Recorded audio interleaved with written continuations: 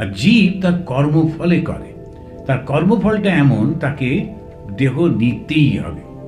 একজন আজকেই জিজ্ঞেস করছিলেন যে মৃত্যুর পর কি হয়। তাই আমি বললাম যে মোটামুটিভাবে যেগুলো জানা যায় সেটা থেকেই বলা যেতে পারে।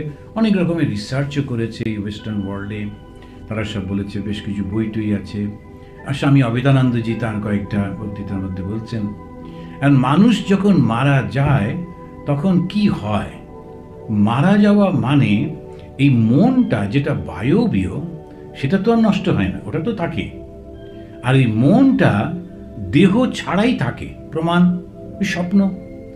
যখন আমরা ঘুমোই তখন কিন্তু দেহটা থাকে না, কিন্তু মনটা পুরো জগতে ঘুরে বেড়াচ্ছে।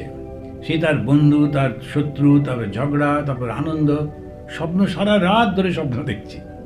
অথচ দেহ তো নেই, পুরো জগৎ রয়েছে। সেখানে গিয়ে খাচ্ছি, খাবার টেস্ট অনুভব করতে পারছি।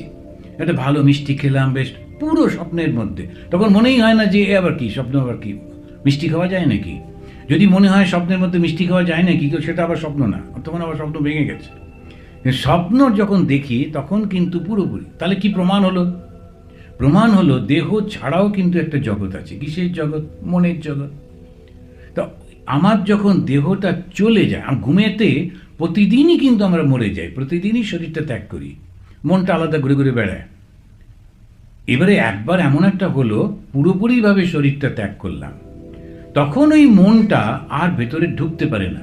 ঢুকতে না পারলেও ও ত্যাগও করতে পারে না, বারবার ছুটে ছুটে আসে আর ওই শরীরে ঢোকবার চেষ্টা করতে থাকে। সেই জন্যে বলে যে 12 দিন, ওই 11 দিন, 13 দিন, কারো 15 দিন, এরকম করে 21 দিন, এসব নানা রকমের ওই পণ্ডিতরা সব ঠিক করেছেন।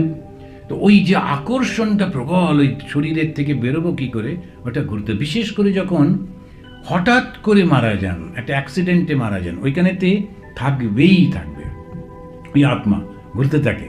মানে লোকের ওখানে গেলে একটু ভয়ও পায়। তার কারণ হচ্ছে ও তো বুঝতে পারছে না কি করে শরীরটা চলে গেল।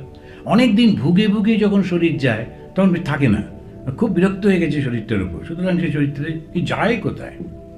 এই সেখানেই বলছেন উনি, প্রথমে ওরা যায় চন্দ্রলোকে। তো চন্দ্রলোক এই চাঁদ কিংবা অন্য কোনো, সেটা আমি জানি না, কিন্তু বলা